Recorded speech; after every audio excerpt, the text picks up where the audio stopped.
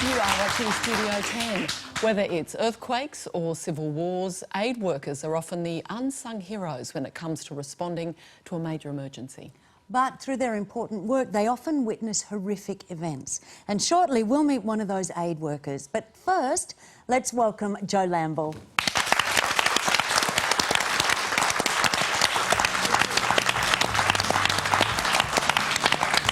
Hello, Joe. Welcome.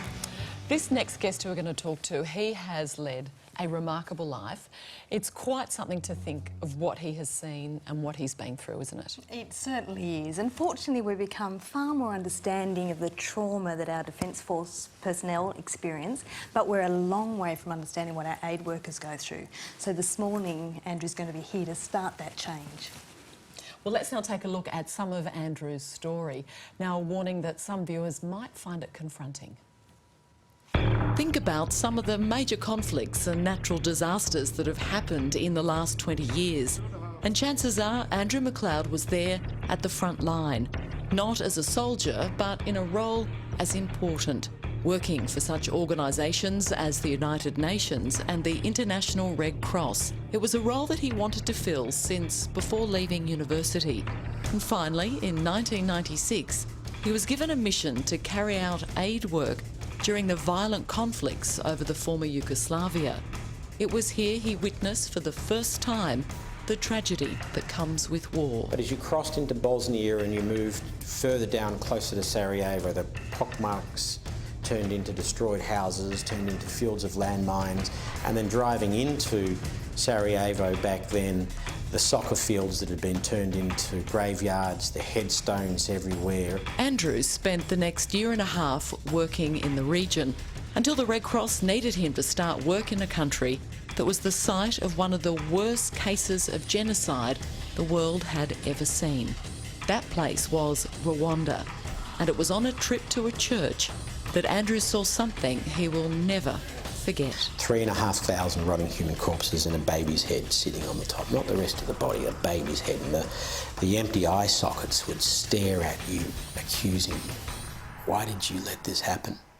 It wasn't the first horrific sight he had seen, and it wouldn't be the last, but it was one of the most powerful. And as a result, he began building barriers up to protect those that he cared about the most. When you go off and you do aid work, you create a permanent division between you and your family and friends. Your family and friends not only haven't experienced what you've experienced, you don't want them to. They'll try and empathise, but you don't want them to, because you don't want them to have the same degree of trauma inside your brain that you have yourself, that you lock away in a little box that only ever comes out with other people that have suffered something similar. The daily exposure to the atrocities he was witnessing, mixed with the guilt he felt for being able to return to a safe country like Australia, started to weigh heavily on him. You always have to keep the lid on the emotions that you desperately fear. If you let them out, you wouldn't control them. I'm coming back home. Ladies and gentlemen, please welcome Andrew to Studio 10. Andrew, welcome. Now, Andrew, you started as a lawyer. Yeah. What was the path in becoming an aid worker? I was sitting in a second-year law lecture. It was constitutional law given by a fellow named Michael Tate, who was then Federal Minister for Justice. And he stopped halfway through the lecture and he said, I don't want to talk about constitutional law. I want to talk about being a lawyer. And he said, being a lawyer doesn't grant you a happy life and a wealthy existence. It imposes upon you an obligation to use your skills for the betterment of other people. And that just resonated with me right away. And right there and then I said, I want to go and work for the International Red Cross or the UN High Commission for Refugees. And I've had the good fortune of doing both.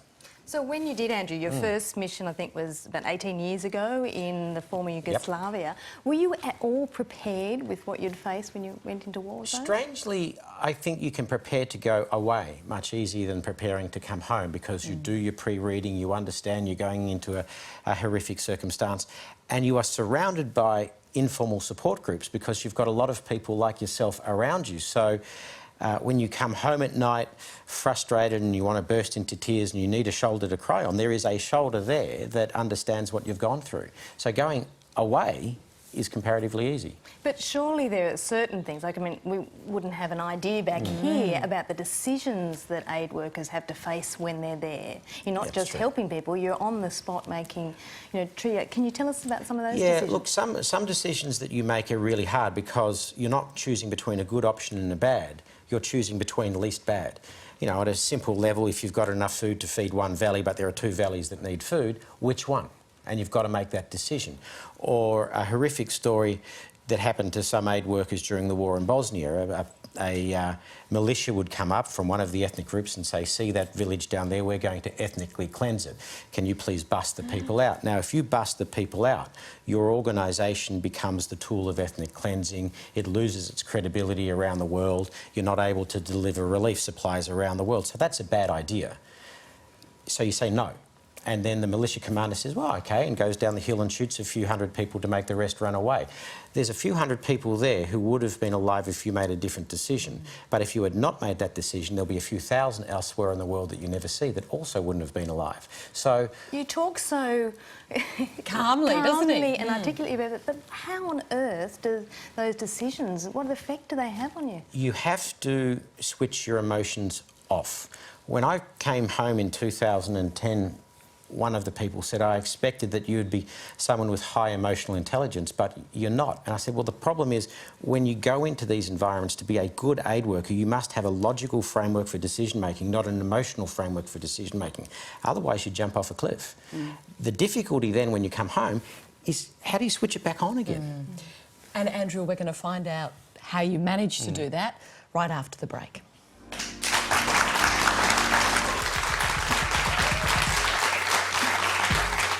Welcome back to Studio 10. Andrew MacLeod has experienced the best and the worst of humanity working as an international aid worker, and he's our guest today. Now, we've been talking about how traumatic it is to work as an aid worker, but we've also touched on, during the break, the idea of how traumatic it is to be someone in need of aid. Could you tell us a story of a particular girl, Maria, is it? Yeah, she was about 10 years old and she came in the great flood of humanity across the border from Bosnia, Croatia into Serbia in 1994, at the end of the Bosnian War, 1995. And whatever had happened to her during that conflict, she had completely emotionally shut down. So by the time she got to this orphanage in a town called Sombor, she didn't laugh, she didn't cry, she didn't speak. In fact, the name Maria was given to her by the orphanage because no one knew what her real name was. And I tried reaching out a few times and there was no way you could get into her. I mean, whatever you think is the worst thing that can happen to someone happened to her. And then we created a summer camp for these kids, and one night we created this big bonfire and all the kids were running around and laughing.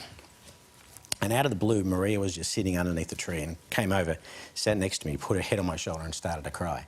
And it was the first time that she'd opened up to anyone, and she just unleashed this flood. And you look at this kid and you think, what has happened to you that's made this happen to you? And now, as you start to reach out, you've got no one to turn to and no institutional support, which then for me, when I come back to this country and see the way we treat refugees and asylum seekers, and I look at a girl like Maria and I say, why are we such a nasty country?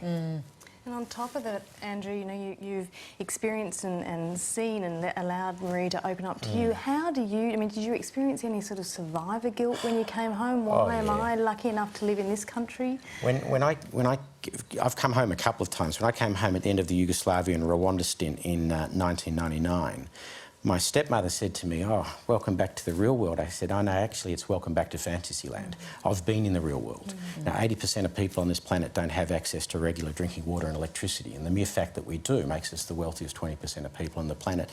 And I was in a supermarket in Albert Park, a suburb of Melbourne, near where my parents live, and I was watching this kid have an argument with its parents about the right brand potato chips, and I ended up sitting on the ground and bursting into tears. I mean, how can you come from the environments that I do, and what's important to us is, oh, that's the wrong brand potato chips? I mean, you know, one of the things that really frustrates me is Australia is #1 on the Human Development Index. It's #1 on the Quality of Life Index, and Melbourne's the world's most livable city. There's no other way to phrase the ultimate existence of humanity on the face of the earth today is Melbourne, Australia. Sorry, Sydney people, but it's Melbourne, Australia. But it is. And it's the MCG, particularly if you barrack for Collingwood, but let me leave that aside. Oh, no, that's one thing I'll hold against you, Andrew. But we complain so much without realising what we have, and I get so angry at our politicians on all sides of the political spectrum that we speak this country down. And what that does is it robs from Australians the ability to enjoy what we have, because we're told what we don't have rather than told what we do. And it's girls like Maria and it's those experiences, and the greatest gift that an aid worker has been given is the ability to come home and enjoy, but at the same time have that guilt about, well, why is it that I'm allowed to leave and they can't? I mean, Maria could never leave. I mean, Thank God for men like Andrew, Joe, I would say. And we all know that we feel better when we're able to help others. And you, Andrew, have helped countless people in the most difficult circumstances.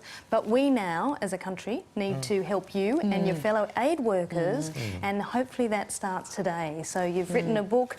A wonderful book called A Life Half Lived, and what a life it has been. So far. Yeah, and a fabulous read, so that's available at all good bookstores. Andrew, it is such an honour to have you with us this morning. Thank you so much for your passion and enthusiasm and the difference that you're making. Thank you, Joe, as always, thanks for coming along.